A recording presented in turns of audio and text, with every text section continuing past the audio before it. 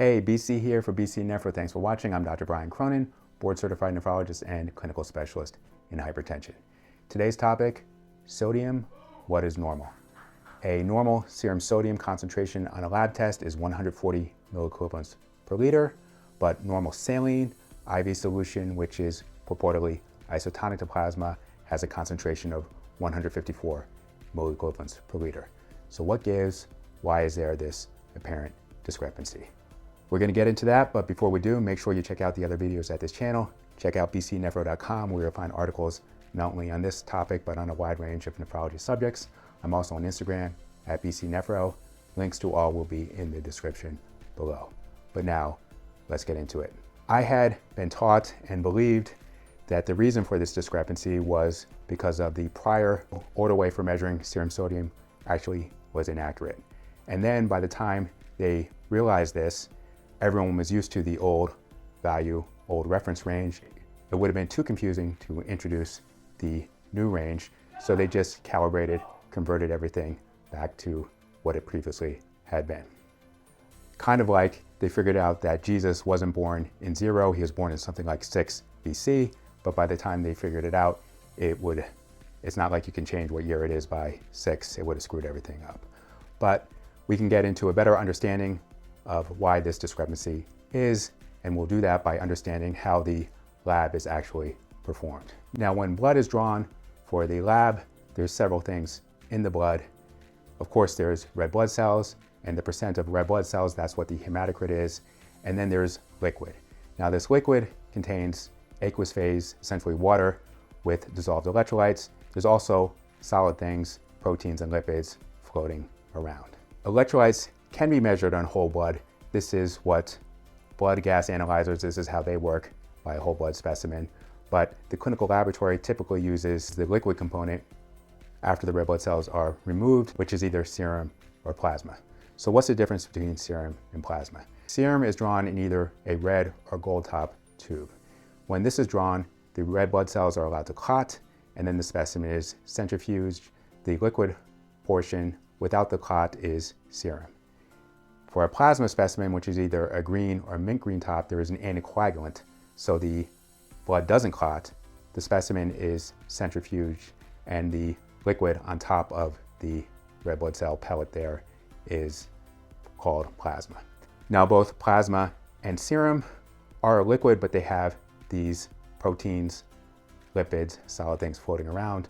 Normal, typical is 93% liquid and 7% solid. Historically, electrolytes were measured by something called flame photometry.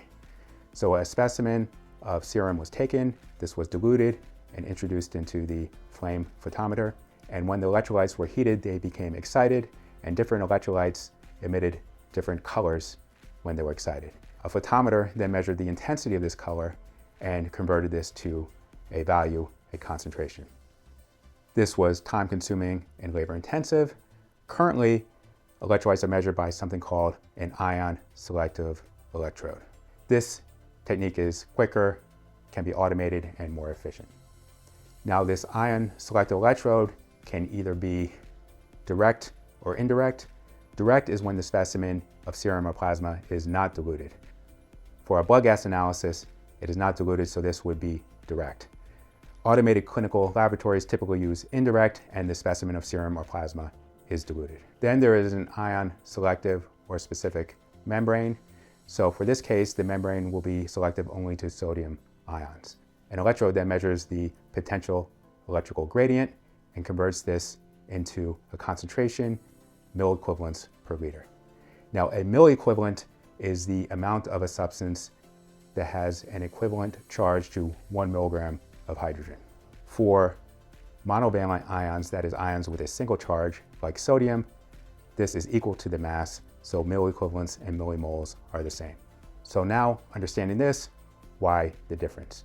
Now, when we're measuring the plasma or serum, it is 93% aqueous liquid phase, and electrolytes are dissolved in this, and 7% solid lipids and proteins, and these do not contain any sodium. So the concentration depends on what volume we are considering.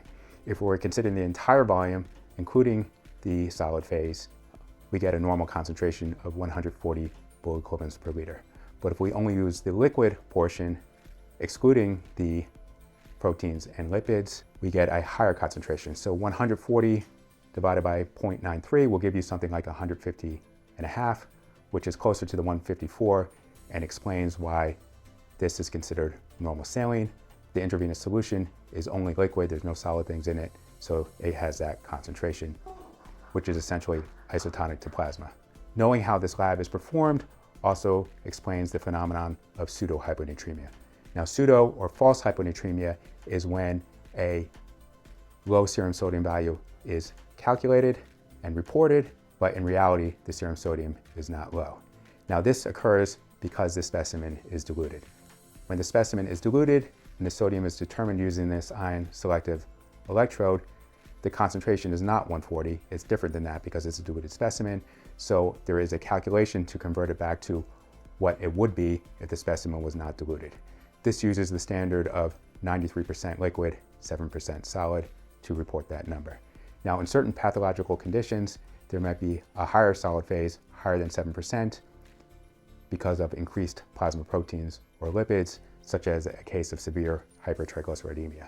So let's say, for example, the solid component was not 7%, it was something like 14%. The calculation will give a wrong number, something like 129 as opposed to 140. So that's it. Thanks for watching. An understanding of the discrepancy between a serum sodium normal lab value concentration of 140 milliequivalents per liter and normal saline isotonic IV solution 154 milliequivalents per liter.